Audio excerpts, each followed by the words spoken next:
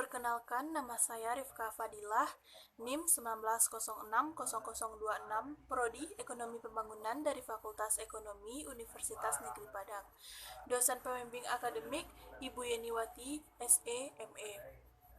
Baiklah, pada kesempatan kali ini saya membuat video tentang mata kuliah Sejarah Pemikiran Ekonomi.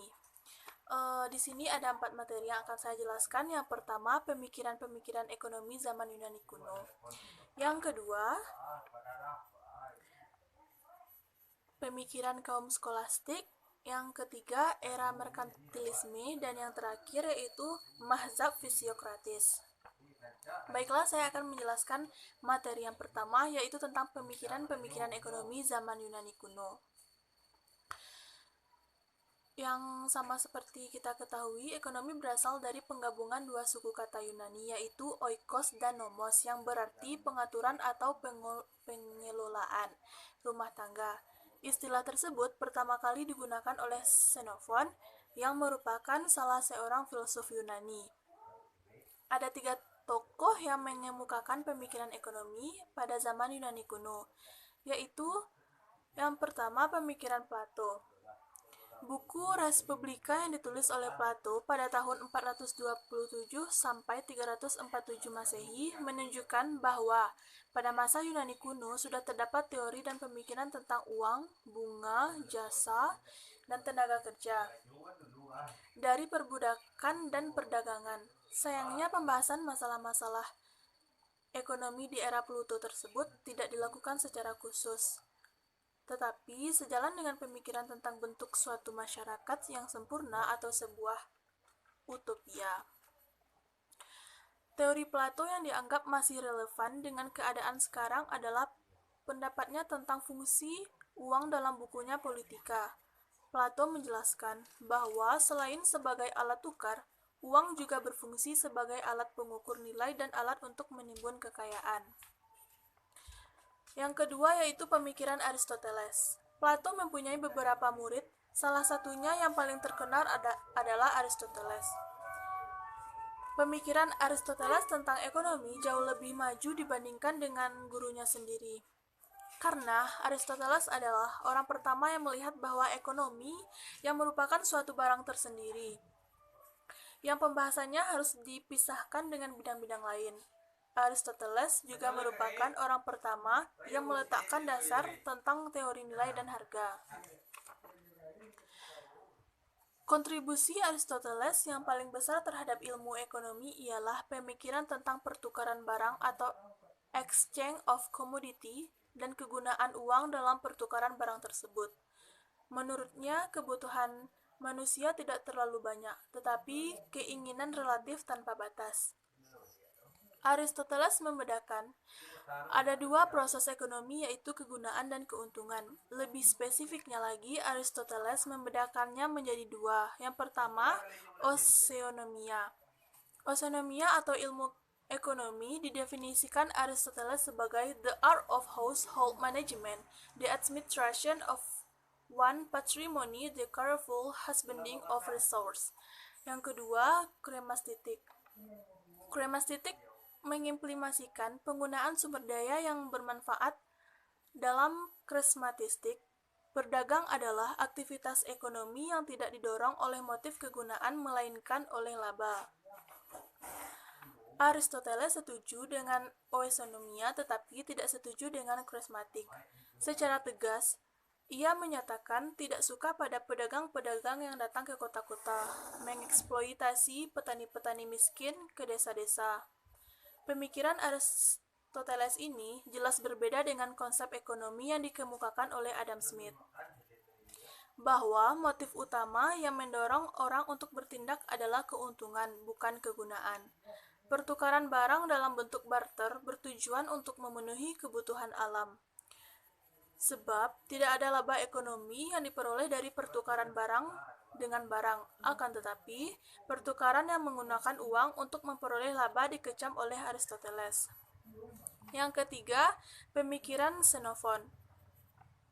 Xenophon adalah salah satu pemikiran masa Yunani kuno. Karya utama Xenophon adalah On the Means Improving the Revenue of The State of Athens. Dalam buku tersebut, Xenophon menguraikan bahwa negara Athena yang mempunyai beberapa kelebihan dapat dimanfaatkan untuk meningkatkan pendapatan negara. Pemikiran Xenophon menunjukkan bahwa semangat merkantilisme sudah ada pada masa Yunani kuno, yang menganjurkan orang melakukan perdagangan dengan negara-negara lain.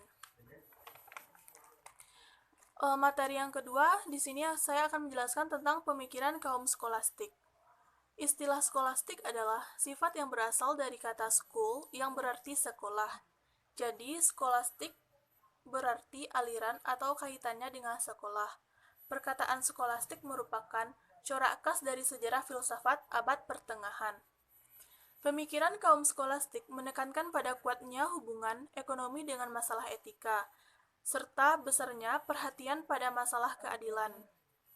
Hal ini disebabkan karena tokoh-tokoh aliran tersebut dipengaruhi oleh kuat ajaran agama. Asumsi yang dipakai di sini adalah kepentingan ekonomi adalah subordinat dari pengorbanan. Serta perilaku ekonomi adalah salah satu aspek perilaku abadi yang terkait dengan aturan-aturan moralitas. Ada dua tokoh utama dari aliran skolastik. Yang pertama Albertus Magnus dan yang kedua Thomas Aquinas.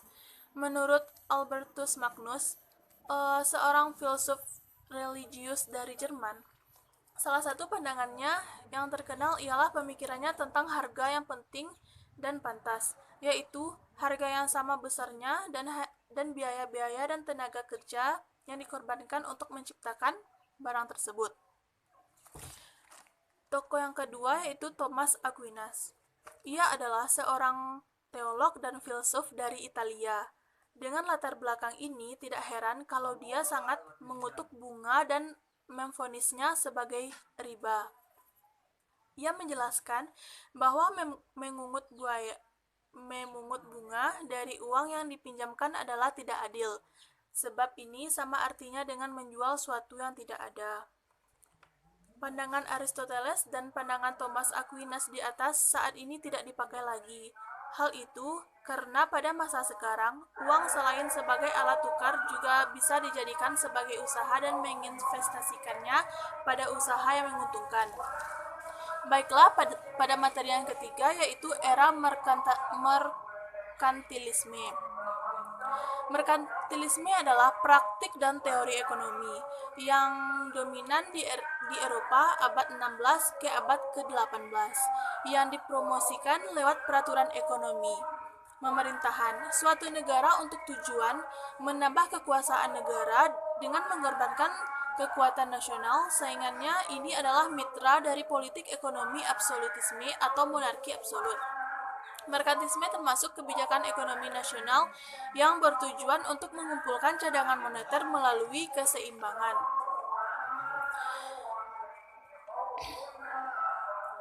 Terutama barang jadi. Secara historis, kebijakan tersebut sering menyebabkan perang dan juga termotivasi untuk melakukan ekspansi kolonial. Teori merkantilisme bervariasi dalam penerapannya terkait dari satu penulis ke yang penulis lain dan telah berkembang dari waktu ke waktu. Tarif tinggi terutama pada barang-barang manufaktur yang merupakan fitur yang hampir universal dari kebijakan merkantilisme. Paham merkantilisme banyak dianut di negara-negara Eropa, antara lain Portugis, Spanyol, Inggris, Prancis, Belanda, dan lain-lain. Mereka tidak hanya berdagang sesama negara Eropa, tetapi sampai ke Hindia dan Belanda. Suatu hal yang pantas dicatat sesama di era merkantilisme adalah tidak hanya perdagangan dan perekonomian maju pesat, perkembangan literatur juga meningkat pesat saat itu. Tokoh-tokoh merkantilisme sangat banyak. Beberapa di antaranya yang perlu kita ketahui ada 5, yaitu yang pertama James Beuydin pada tahun 1530 sampai 1596. Ilmuwan berkebangsaan Prancis, ia dapat dikatakan sebagai orang pertama secara sistematis menyajikan teori tentang uang dan harga. Yang kedua, Thomas Moon, seorang saudagar kaya dari Inggris yang banyak menulis tentang perdagangan luar negeri. Dan yang ketiga, James Baptiste Colbert, pada tahun 1619 sampai 1683. Ia bukan ahli ekonomi, melainkan pejabat negara Prancis dengan kedudukan sebagai menteri utama di bidang ekonomi dan keuangan. Yang keempat yaitu Sir William Petrie pada tahun 1623 sampai 1687. Ia seorang yang sangat aktif. Ia mengajar di Oxford University dan banyak menulis tentang ekonomi politik. Dan yang terakhir, David Hume pada tahun 1711 sampai 1776. Ia adalah kawan dekat Adam Smith yang sebenarnya lebih dikenal sebagai filsuf daripada pakar ekonomi. Baiklah, pada materi yang terakhir ini saya akan menjelaskan yaitu tentang mazhab fisiokratis. Aliran fisiokratis muncul ketika aliran merkantilisme Prancis berakhir. Aliran fisiokratis merupakan koreksi atas aliran merkantilisme. Aliran ini dipelopori oleh Francis Quesnay pada tahun 1694 sampai 1774. Ia melihat perekonomian sesuai dengan hukum.